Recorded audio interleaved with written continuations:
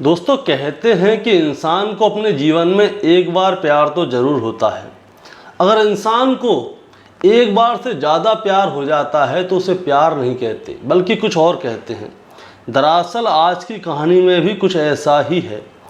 आज की कहानी में क्या होता है, एक महिला है जिसे कि एक व्यक्ति से प्यार हो जाता है, उससे उसकी शादी हो जाती है और एक बच्ची को जन्म देती है। लेकिन कुछ समय बाद क्या होता है, उसे किसी और से प्यार हो जाता है तो वो अपने पुराने पति को तलाक दे देती है और जो नए इंसान से उसको प्यार होता है उससे शादी कर लेती है और उससे उसको एक बेटा हो जाता है। लेकिन उसके प्यार करने की जो सीमा थी वो कम नहीं हुई थी। दरअसल उसके पति तो दो ही थे, लेकिन उसके प्रेमी कितने थे ये उस महिला को खुद नहीं पता। और इसी प्रेम को करने के चक्कर में एक कत्ल हो जाता है और जब पुलिस इस कत्ल का खुलासा करती है तो लोग ये सोचने पर मजबूर हो जाते हैं कि एक महिला आखिर ऐसा कैसे कर सकती है।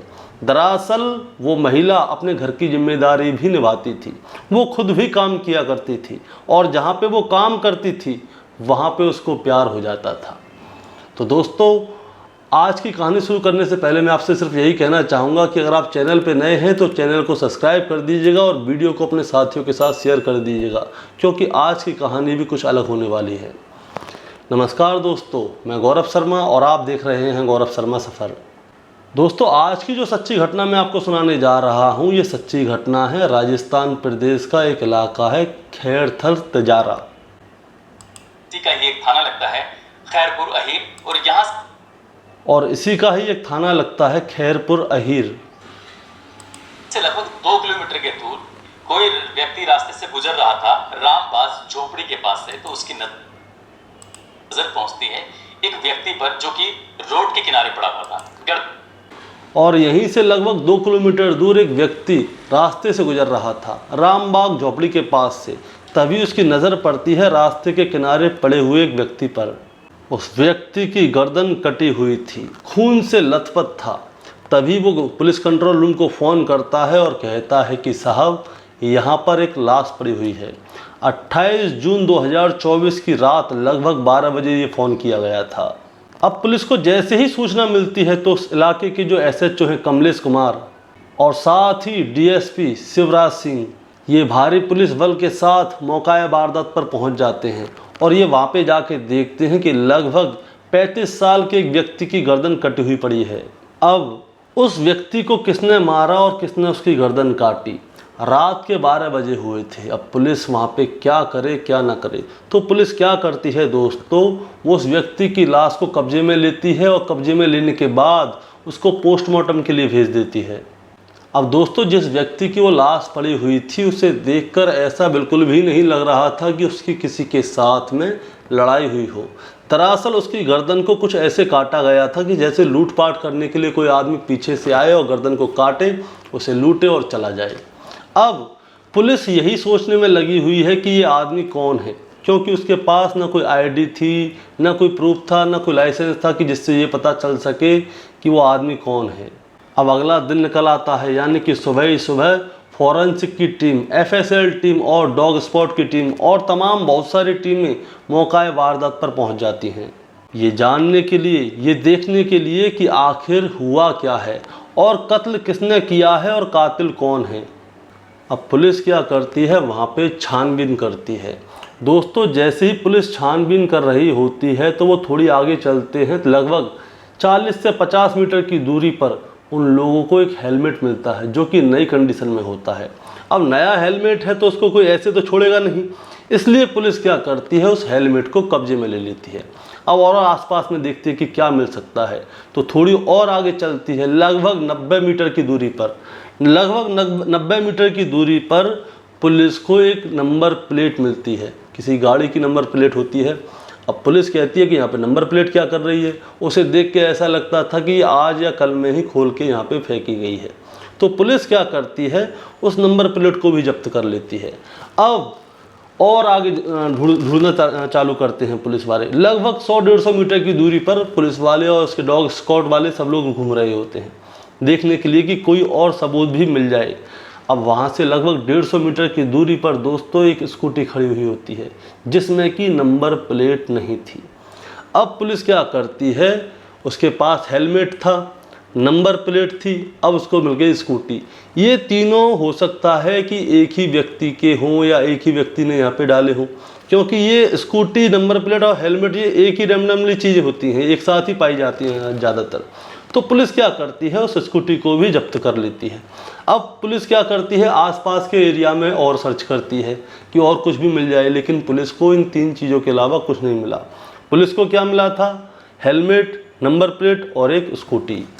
अब पुलिस ने ये सारी चीज़ अपने कब्जे में ली और उसके बाद में ये देखना शुरू किया कि ये व्यक्ति कौन है, क्योंकि अभी तक उस व्यक्ति की शनाख्त नहीं हो पाई है कि मरने वाला व्यक्ति है तो कौन है। अब पोस्टमार्टम की रिपोर्ट भी आ जाती है, तो पोस्टमार्टम की रिपोर्ट में साफ साफ आ जाता है कि इस व्यक्ति की जो मौत है वो गला कटने की वजह से हुई है। अब दोस्तों पुलिस क्या करती है, पुलिस इस स्कूटर के मालिक के बारे में जानकारी लेने की कोशिश करती है कि हो ना हो ये स्कूटर जो है ज़रूर इस कत्ल से जुड़ा हुआ है। तो पुलिस इस स्कूटर के मालिक के बारे में जानकारी लेती है तो पता चलता है कि ये स्कूटर एक शशि नाम की महिला के नाम पर रजिस्टर्ड है और इस स्कूटर के लिए कोई भी किसी भी प्रकार की रिपोर्ट दर्ज नहीं कराई गई कि चोरी हो गया है कि खो गया है। अब पुलिस क्या करती है, जिस एड्रेस पर ये स्कूटर रजिस्टर्ड है उस एड्रेस पर जाती है। दोस्तों एड्रेस जो था, हरियाणा का एक ज़िला होता है सिरसा, सिरसा का ही एक थाना होता है चोकटा और चोकटा का ही एक गांव होता है हंजीरा। अब पुलिस हंजीरा पहुंच जाती है। अब पुलिस क्या करती है, गांव में लोगों से जांच पड़ताल करती है कि यहाँ पे कोई शशि नाम की महिला रहती है और ये स्कूटी उसी की है। तो गांव के लोग बताते हैं जी ये महिला है तो इसी गांव की, लेकिन वो महिला यहाँ पे रहती नहीं है। तो पुलिस क्या करती है, शशि के बारे में थोड़ी जांच पड़ताल करना शुरू करती है कि शशि कौन है, इसका पति कौन था, माता पिता कौन है, कहाँ रहती है, कहाँ नहीं रहती, क्या करती है, क्या नहीं करती। तो गांव से इसे पता चलता है पुलिस को कि कुछ साल पहले इस महिला को एक व्यक्ति से प्यार हुआ था और इन दोनों की हो गई थी शादी और इन दोनों की एक बच्ची भी पैदा हुई थी। लेकिन 2022 में इस महिला ने क्या किया, अपने पति को डिवोर्स दे दिया, क्योंकि इस महिला को किसी और से प्यार हो गया था। जिससे प्यार हुआ था उसका नाम था इंद्रपाल, जो कि सुरक्षा गार्ड की नौकरी किया करता था। अब वो इंद्रपाल से प्यार करने लगती है और पहले पति को दे देती है डिवोर्स। अब वो इंद्रपाल से शादी कर लेती है और उसके साथ ही जीने मरने की कसम खाती है। तो इंद्रपाल क्या करता है, उसे अपने साथ लेकर राजस्थान का एक खैरथर ज़िला होता है वहाँ ले जाता है और वहाँ जाके ये दोनों रहने लगते हैं और वहीं जाके इंद्रपाल अपना सुरक्षा गार्ड का काम संभाल लेता है। अब होता क्या है दोस्तों, पुलिस जो है जांच पड़ताल के लिए जो गई थी वो मृतक की फ़ोटो भी अपने साथ लेकर गई थी। अब वो गांव के लोगों को दिखाते हैं कि यही तो इंद्रपाल नहीं है। तो जैसे ही गांव के लोग देखते हैं तो वो कहते हैं अरे यही तो इंद्रपाल है, इसे क्या हुआ, ये कैसे मर गया। तो दोस्तों गाँव के जो लोग थे उनका इंटरेस्ट भी इंद्रपाल की कहानी के साथ जुड़ गया, जो वहाँ का थाना था उसका भी इंटरेस्ट इसकी कहानी के साथ जुड़ गया। अब पुलिस वाले गांव के लोगों से पूछते हैं कि इस महिला का पहला पति कौन था और कहाँ पे रहता है। तो कोई जाके बता देता है कि इसका पति पड़ोस वाले गांव में रहता है, वहाँ पे जाके उसका एड्रेस बता दिया। तो पुलिस वाले क्या करते हैं, उसके पहले पति के पास पहुँच जाते हैं। अब उससे पूछते हैं कि क्या तुमने ही इंद्रपाल को मारा है। तो उसका पति कहता है देखिए साहब, मेरा अपनी पत्नी से और इंद्रपाल से कोई भी लेना देना नहीं है। 2022 में उसने मेरे को तलाक दिया था और वो मुझे छोड़कर चली गई। मैं अपनी ज़िंदगी में खुश हूँ, मेरा उससे कोई लेना देना नहीं है। अब पुलिस क्या करती है, उसे गिरफ्तार नहीं करती, लेकिन उसके ऊपर नज़र रखती है, क्योंकि पुलिस ने जितनी भी उससे जानकारी ली थी तो उसने आराम से सामान्य तरीक़ा से पूरी जानकारी दे दी। ना वो हड़बड़ा रहा था, ना हिचकिचा रहा था, और ना ही पुलिस को ऐसा लगता था कि इसने मारा है कि नहीं मारा। लेकिन प्राइम सस्पेक्ट जो था वो उस महिला का पहला पति ही था। अब पुलिस ने ये जानकारी करने की कोशिश की कि ये महिला रहती कहाँ थी। तो पता चला कि ये महिला राजस्थान के ही खैरथला के उसी का भिवाड़ी इलाका है, और भिवाड़ी का एक खुश ठेला करके एक जगह है, वहीं पे एक आनंदा ग्रीन सोसाइटी है, वहीं पे ये महिला जो है किराए पे रहा करती थी। अब पुलिस क्या करती है, उसके गांव से ये जानकारी लेती है कि वो कहाँ रहती है और उसका एड्रेस कहाँ है। तो पुलिस क्या करती है, सीधे उस कॉलोनी में जाती है जहाँ पे कि वो किराए पे रहती है। तो पता चलता है कि 15 दिन से वो महिला अपने घर पे नहीं आई है, यानी कि 15 दिन से वो महिला गायब है। उसका बेटा, उसकी बेटी कहाँ है ये किसी को नहीं पता। अब पुलिस क्या करती है, अपने खबरियों को, मुखबिरों को हर जगह फैला देती है कि कहीं ऐसा ना हो कि इस महिला के साथ कुछ गलत हो जाए, इसके बच्चों के साथ कुछ गलत हो जाए, क्योंकि ये महिला जो है 15 दिनों से गायब है। अब सब जगह पुलिस के खबरी फैल जाते हैं। तो पता चलता है, एक मुखबिर क्या करता है, पुलिस के पास खबर लेके आता है। वो कहता है कि साहब, आप जिस महिला को ढूंढ रहे हैं वो महिला आनंदा ग्रीन कॉलोनी से लगभग 1 किलोमीटर दूर दूसरी कॉलोनी में एक कमरा किराए पर लेकर रह रही है और लगभग 15 ही दिन से वो वहाँ पे है। अब पुलिस क्या करती है, तुरंत इस महिला के पास जाती है, इसको गिरफ्तार करती है और थाना लेकर आती है और इससे कहती है कि तुमने वो वाला मकान चुपचाप से खाली क्यों किया और इस वाले मकान में आके रहने क्यों लगी। तुम्हारा पति मर गया है और तुम्हारा पति मर गया है तो तुमने अभी तक कोई रिपोर्ट भी नहीं लिखवाई, ना तुमने इसको ढूंढने की कोशिश की, ना क्या तुम्हारे पति के साथ क्या हुआ तुमने कभी जानने की कोशिश भी नहीं की, और 15 दिनों से तुम अपने काम पे क्यों नहीं जा रही हो। तो महिला कुछ भी नहीं बताती। उसके साथ थोड़ी सख्ताई भी अपनाई जाती है, लेकिन महिला कुछ बताती नहीं है। अब क्या होता है, पुलिस इसका और इसके पति का जो मोबाइल है उसकी कॉल डिटेल निकलवाती है कि ये लोग किस किस से बात किया करते थे। तो इसके पति की कॉल डिटेल में तो कुछ भी नहीं पता चलता, लेकिन इस महिला की कॉल डिटेल में इतने सारे नंबर होते हैं कि पुलिस वाले भी परेशान हो जाते हैं। बताया जाता है कि ये महिला क्या करती थी, ये सुरक्षा गार्ड की नौकरी किया करती थी। तो नई नई कॉलोनियों में इसकी नौकरी लगा करती थी। तो क्या होता था, ये लोगों से जान पहचान बना लेती थी, उनसे दोस्ती कर लेती थी। बताया जा रहा है और दावा भी किया जा रहा है कि ये महिला उन लोगों के साथ अवैध संबंध भी बनाया करती थी। अब दोस्तों, जिस जगह पे ये किराए पे रहा करती थी, आनंदा ग्रीन कॉलोनी में, वहाँ पे क्या था, इसके घर के ऊपर 2 लोग रहा करते थे।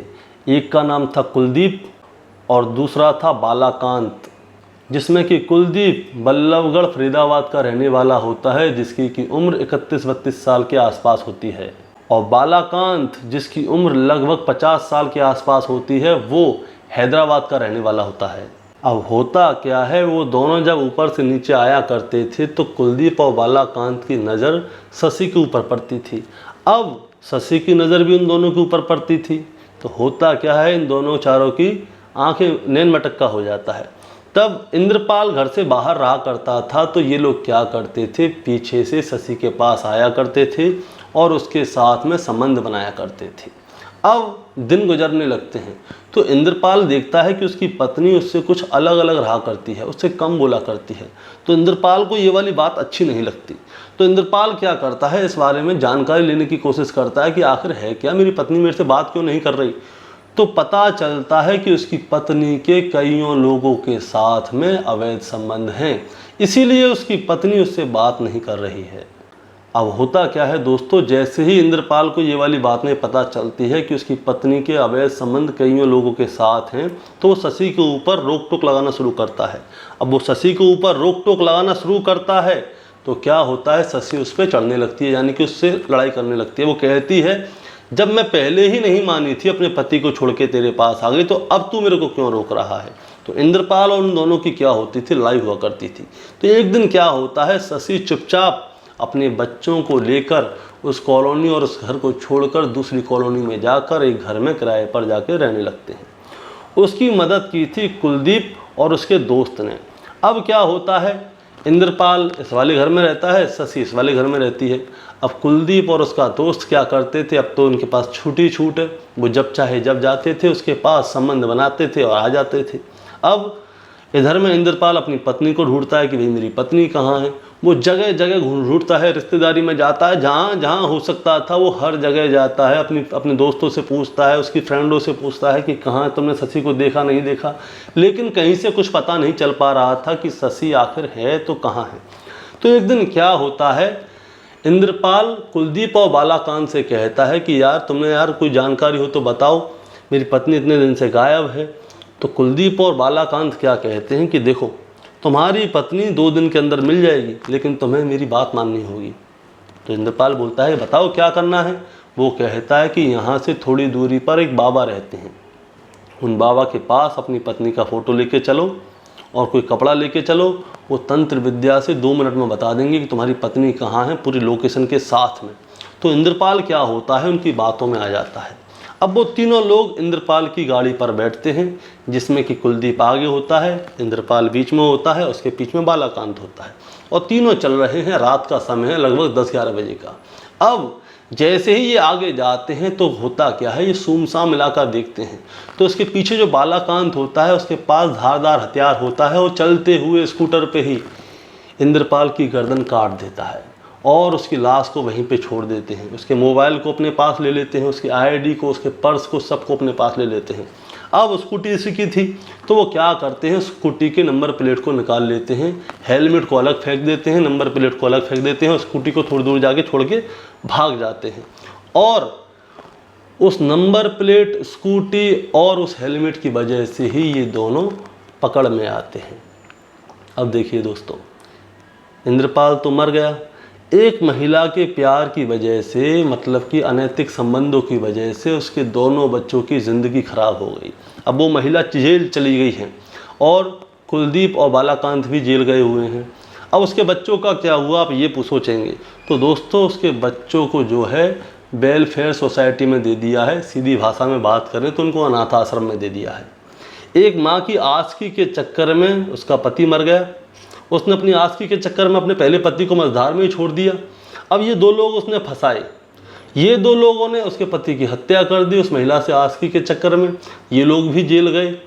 यानी कि एक छोटे से प्रेम जाल के चक्कर में, यानी कि एक अवैध संबंध के चक्कर में कितने लोगों की ज़िंदगी खराब हुई। इंद्रपाल की मौत हो गई, शशि जेल चली गई, बालाकांत, कुलदीप ये जेल चले गए, पूरा का पूरा परिवार बर्बाद हो गया, बच्चे अनाथ आश्रम चले गए। तो आप लोग क्या कहना चाहते हैं दोस्तों इस कहानी के बारे में, आप ज़रा हमें कमेंट में बताइएगा। और ऐसी ही और जानकारी लेने के लिए और कहानी सुनने के लिए आप लोग हमारे चैनल गौरव शर्मा सफ़र सब्सक्राइब कर सकते हैं।